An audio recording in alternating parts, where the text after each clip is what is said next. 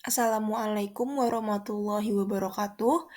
Perkenalkan nama saya Farah Adila Rasita Dewi dengan NIM 1100122140499. Video ini dibuat untuk memenuhi penilaian tugas legal opinion pada mata kuliah Argumentasi Hukum kelas L. Adapun dosen pengampu mata kuliah ini adalah Bapak Aditya Yuli Sulistiawan dan Ibu Emi Handayani. Judul legal opinion saya adalah kasus kekerasan seksual terhadap anak di Luwu Timur, tantangan penegakan hukum dan perlindungan hak anak. Baik, selanjutnya adalah kasus oposisi. Pada tahun 2019, di Kabupaten Luwu Timur, Sulawesi Selatan, mencuat kasus dugaan kekerasan seksual yang dialami oleh 3 anak di bawah umur, dengan pelaku adalah ayah kandung mereka sendiri. Ketiga korban yang berusia masing-masing 8 tahun, 6 tahun, dan 4 tahun pada saat kejadian diduga mengalami tindak kekerasan seksual secara berulang dalam kurun waktu tertentu. Kasus ini bermula dari laporan ibu korban yang mencurigai adanya perlakuan tidak wajar terhadap anak-anaknya setelah mereka kembali dari pengasuhan ayah kandung pasca perceraian. Ibu korban kemudian melaporkan dugaan tindak kekerasan seksual tersebut kepada aparat penegak hukum. Dalam laporan tersebut, ia menyampaikan bahwa anak-anaknya menunjukkan tanda-tanda trauma psikologis yang serius, seperti ketakutan ekstrim, sulit tidur, kehilangan nafsu makan, dan penarikan diri dari lingkungan sosial. Pemeriksaan awal oleh psikolog juga menunjukkan adanya indikasi kuat bahwa anak-anak tersebut telah mengalami kekerasan seksual. Namun, proses penyidikan yang dilakukan oleh kepolisian dihentikan dengan alasan kurangnya alat bukti fisik.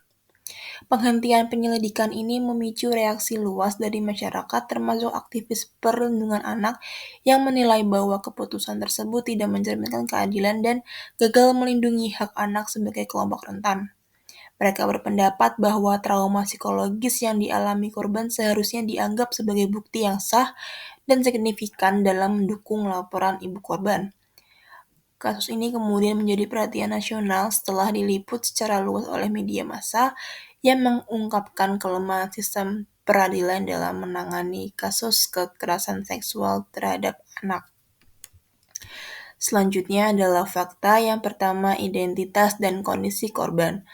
Ketiga korban adalah anak perempuan yang masih berusia sangat muda, yaitu masing-masing 8 tahun, 6 tahun, dan 4 tahun. Mereka berada dalam pengasuhan ayah kandung mereka setelah perceraian orang tua yang membuat mereka sangat rentan terhadap tindakan kekerasan, terutama karena tidak ada pengawasan dari pihak lain. Setelah kembali ke pengasuhan, ibu mereka, anak-anak menunjukkan perubahan perilaku yang mencurigakan seperti ketakutan yang berlebihan, penarikan diri, dan mimpi buruk yang berulang. Yang kedua, adanya pemeriksaan psikologis. Hasil pemeriksaan psikologis terhadap korban menunjukkan adanya indikasi trauma mendalam yang seringkali oleh anak-anak korban kekerasan seksual. Gejala yang ditemukan meliputi kecenderungan untuk menghindari topik tertentu, ketidakmampuan untuk menceritakan pengalaman mereka secara utuh, dan perasaan takut yang tidak wajar terhadap orang dewasa laki-laki. Hal ini sejalan dengan temuan psikologis dalam kasus kekerasan seksual pada anak, di mana korban seringkali mengalami gangguan post-traumatic stress disorder atau PTSD. Selanjutnya, penghentian penyelidikan oleh aparat hukum. Meskipun terdapat bukti indikatif berupa trauma psikologis, aparat kepolisian memutuskan untuk menghentikan penyelidikan dengan alasan kurangnya alat bukti fisik. Keputusan ini dianggap tidak sesuai dengan prinsip penegakan hukum yang mengutamakan perlindungan terhadap anak dan gagal mengakomodasi kompleksitas pembuktian dalam kasus kekerasan seksual.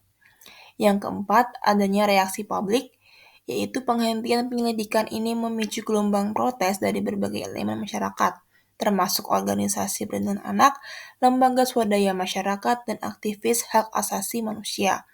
Mereka menuntut agar kasus ini dibuka kembali dan diproses dengan pendekatan yang lebih berpihak kepada korban sesuai dengan prinsip keadilan dan perlindungan anak. Selanjutnya ada di bagian isu. Yang pertama ada bagaimana proses hukum yang sesuai harus dilakukan dalam kasus kekerasan seksual terhadap anak untuk memastikan keadilan bagi korban dan memberikan sanksi yang tepat bagi pelaku. Yang kedua, apa saja bentuk perlindungan hukum dan pemulihan yang wajib diberikan kepada anak sebagai korban kekerasan seksual sesuai dengan ketentuan perundang-undangan yang berlaku. Dasar hukumnya terdapat di KUHP pasal 285 sampai 289 yaitu kekerasan seksual dan pasal 64 ayat 1 yaitu tentang tindak berulang.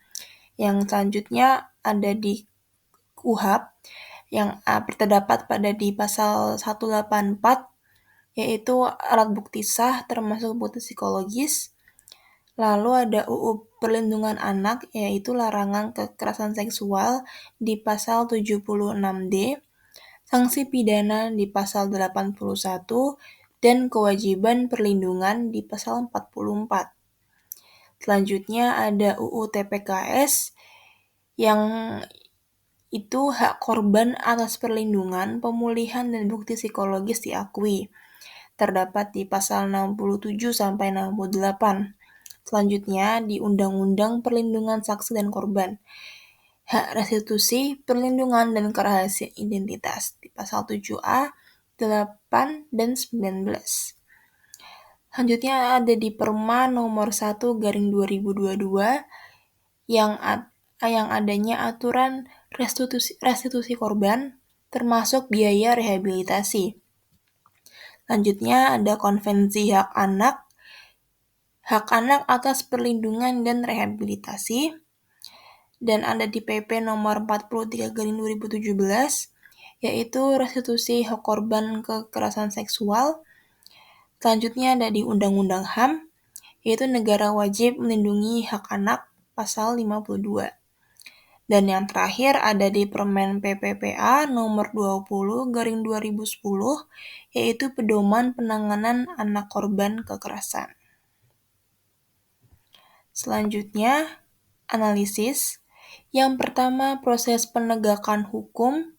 Itu sistem peradilan harus menjamin keadilan korban dan sanksi tegas bagi pelaku dengan mengakui bukti psikologis sesuai undang-undang. Penghentian kasus karena kurang bukti fisik menunjukkan lemahnya perlindungan hukum.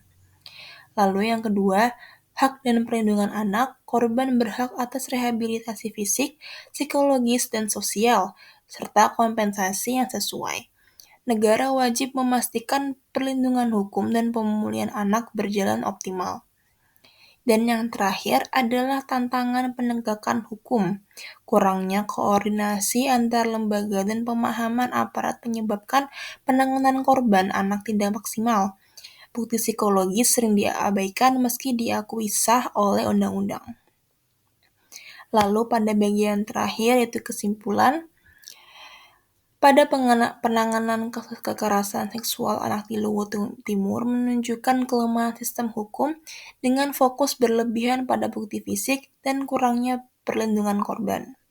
Meski aturan seperti UU Perlindungan Anak dan UU TPKS telah menjamin korban atas rehabilitasi, restitusi dan keadilan, implementasinya sering tidak optimal karena minimnya pemahaman aparat dan koordinasi lembaga terkait.